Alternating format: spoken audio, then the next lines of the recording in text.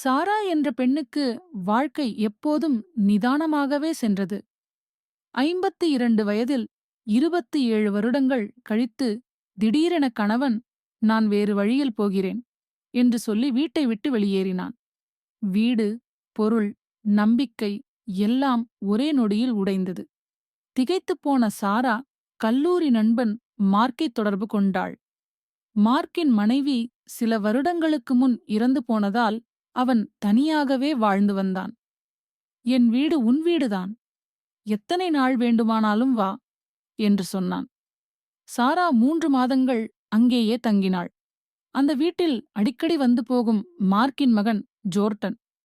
35 வயது, உயரமான உடல், அமைதியான புன்னகை, நிதானமான பேச்சு.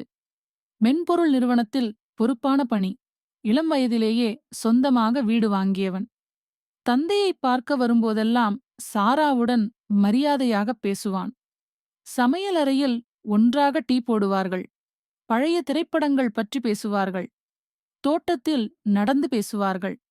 சாராவுக்கு ஜோர்டனின் அமைதியும் கவனமும் மரியாதையும் பிடித்திருந்தது. ஆனால் இவன் என் நண்பனின் மகன், 17 வயது இளையவன் என்று தனக்குத்தானே எல்லை வரைந்து கொண்டாள். ஜோர்டனும் ஒருபோதும் எல்லை மீறவில்லை. கதவு திறப்பது, பையை தூக்க உதவுவது, "நீங்கள் உட்காருங்கள், நான் செய்கிறேன்" என்று சொல்வது, அவ்வளவுதான். 3 மாதங்களுக்குப் பின் சாரா தனியாக ஒரு சின்ன அடுக்குமாடி குடியிருப்பில் குடியேறினாள். விவாகரத்து முடிந்தது. வாழ்க்கை மீண்டும் பாதையில் வந்தது. ஜோர்டனுடன் அவ்வப்போது, "எப்படி இருக்கிறீர்கள்?" என்று செய்தி அனுப்பிக் கொள்வார்கள். அவ்வளவே. ஒரு வருடம் கழிந்தது. ஒரு மாலை போன் ஒலித்தது. "சாரா, நான் ஜோர்டன் பேசுறேன். ரொம்ப நாள் ஆச்சு. ஒரு நாள் டின்னருக்கு வர முடியுமா? நம்ம 2 பேரும் மட்டும் பேசலாம்." சாராவுக்கு இதயம் வேகமாக துடித்தது. ஜோர்டன் இப்போது 36. இன்னும் அழகு, இன்னும் நிதானம். சாராவுக்கு 53. வயது வித்தியாசம். மக்கள் என்ன நினைப்பார்கள்? இது சரியா என்றெல்லாம் மனசு கேள்வி கேட்டது. ஆனால் ஜோர்டன் சின்ன பையன் இல்லை. பொறுப்புள்ள, தன்னம்பிக்கையுள்ள, மனதளவில் முதிர்ச்சியுள்ள மனிதன். முதல் சந்திப்பு ஒரு அமைதியான உணவகத்தில்.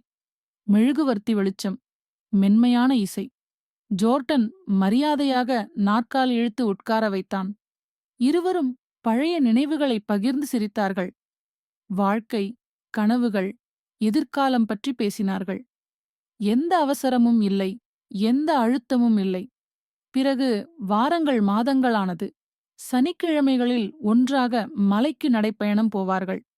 ஜோர்டனின் வீட்டில் ஒன்றாக சமைப்பார்கள். புத்தகங்கள் பரிமாறிக்கொள்வார்கள். ஒருவரையொருவர் மதிப்பதும் புரிந்து கொள்வதும் ஆதரிப்பதுமாக இருந்தது. சாரா புரிந்து கொண்டாள். காதல் வயதை பார்ப்பதில்லை. அது இரு இதயங்கள் ஒரே துடிப்பில் இணையும்போது மட்டுமே வருகிறது. இன்று ஜோர்டனும் சாராவும் மகிழ்ச்சியாக வாழ்கிறார்கள். மார்க் முதலில் ஆட்சேபித்தான். பிறகு மகனின் மகிழ்ச்சியையும் சாராவின் உண்மையையும் பார்த்து ஆசீர்வாதம் கொடுத்தான். வாழ்க்கை சில சமயம் உடைந்த பிறகுதான் மிக அழகாக மீண்டும் கட்டப்படுகிறது.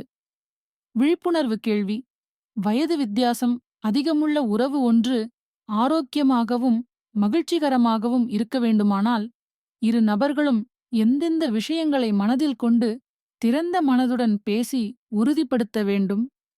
பதில்களை பகிர்ந்து கொள்ளுங்கள். எல்லோருக்கும் பயனுள்ளதாக இருக்கும்.